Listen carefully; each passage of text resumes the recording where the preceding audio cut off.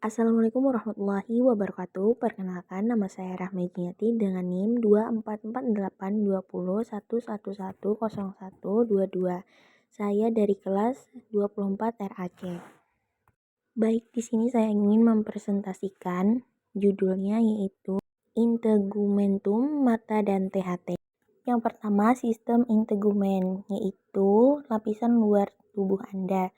Sistem ini terdiri dari kulit, kuku, rambut, dan kelenjar, serta saraf pada kulit. Sistem integumen berfungsi sebagai penghalang fisik, melindungi tubuh Anda dari bakteri, infeksi, cedera, dan sinar matahari. Yang pertama adalah kulit. Kulit adalah organ terbesar dan terberat di tubuh Anda. Beratnya sekitar 6 pon atau lebih, tebalnya sekitar 2 mm. Lebih tipis di area sensitif seperti kelopak mata dan lebih tebal di permukaan yang menerima lebih banyak tekanan seperti telapak kaki. Terbagi menjadi 3, yaitu epidermis, derma, dan bipodes. Masing-masing mempunyai letak sendirinya. Epidermis di atas, derma di tengah, bipodes di bawah. Rambut tidak hanya membantu kita tampil cantik, rambut di kepala juga membantu menjaga dari panas tubuh. Bulu mata dan alis membantu melindungi mata dari kotoran dan air. Adapun rambut terdiri dari 3 bagian, yaitu batang, folikel, dan umbi. Yaitu batang rambut, bagian rambut yang Anda lihat, sentuh, dan tata folikel rambut, struktur seperti tabung, menjaga rambut tetap berada di bawah kulit. Sementara umbi rambut terletak di bawah kulit dan bertanggung jawab untuk mempertumbuh rambut baru. Yang kedua adalah kuku. Kuku melindungi ujung jari dan kaki. Anatomi kuku terdiri dari 5 bagian, yaitu lempeng kuku, dasar kuku, cuticula, matlis, dan lunula. Yang ketiga, kelenjar. Kelenjar terdapat di seluruh kulit Anda. Kelenjar juga mengeluarkan zat-zat seperti air, garam, atau minyak di bawah kulit dari permukaan kulit. Sistem integumen dari kelenjar-kelenjar berikut kelenjar yaitu adalah kelenjar keringat. Yang kedua, integumen adalah mata. Mata adalah organ penglihatan yang memungkinkan kita untuk melihat di dunia sekitar.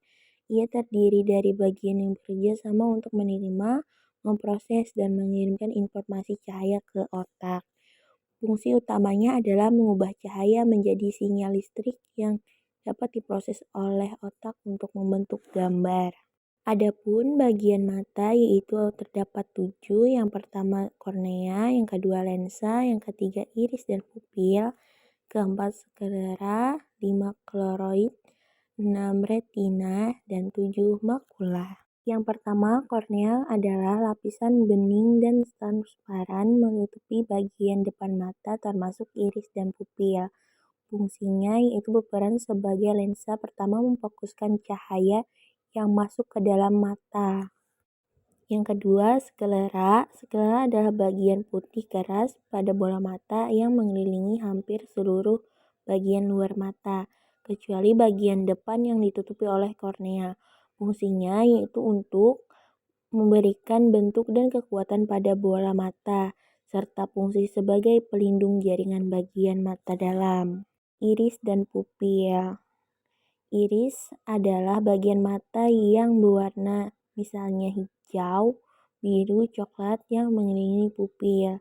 Fungsinya untuk mengontrol ukuran pupil secara berkontraksi atau melebar sehingga mengatur jumlah cahaya yang masuk ke lensa mata. Sedangkan pupil adalah lubang kecil yang terletak di tengah iris, bagian mata yang berwarna.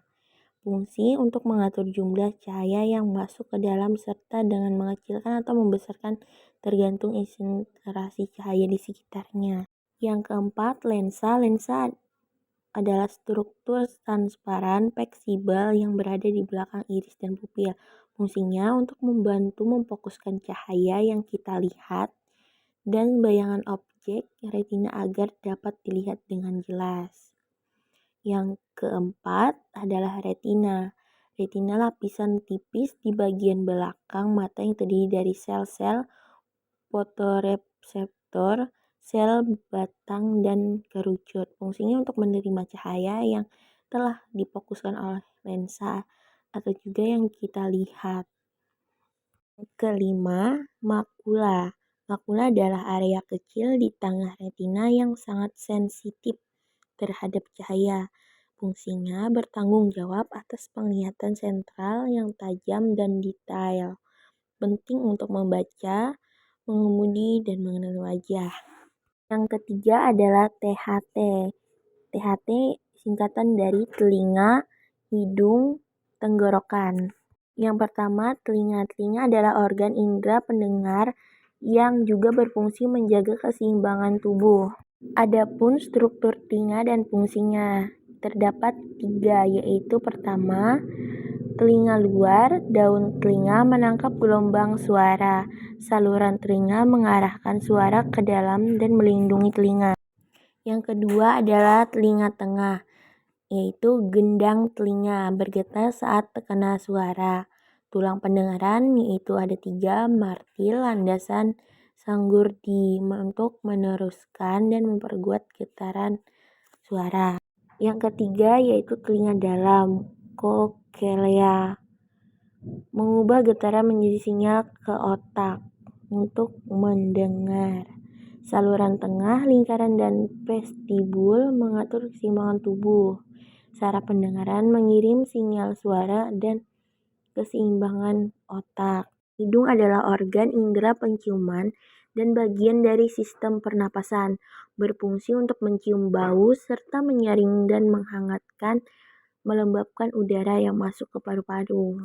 Yaitu ada 6, lubang hidung nares, rambut hidung silisia, rongga hidung nasal citi, mukosa hidung selaput lendir, septum hidung, saraf olfaktori. Adalah saluran yang menghubungkan mulut dan hidung ke paru-paru dan lambung. Fungsinya sebagai jalur pernapasan, pencernaan, dan penghasil udara. Struktur dan fungsinya yaitu paring, pengalihkan udara ke paru-paru dan makanan ke lambung. Laring, kotak suara, menghasilkan suara dan melindungi saluran pernapasan saat menelan. Epiglotis, menutup saluran pernapasan saat menelan agar makanan tidak masuk ke paru-paru. Pita suara bergetar menghasilkan suara yang berbicara. Trakea menyalurkan udara yang masuk ke paru-paru. Sekian presentasi yang singkat dari saya. Assalamualaikum warahmatullahi wabarakatuh.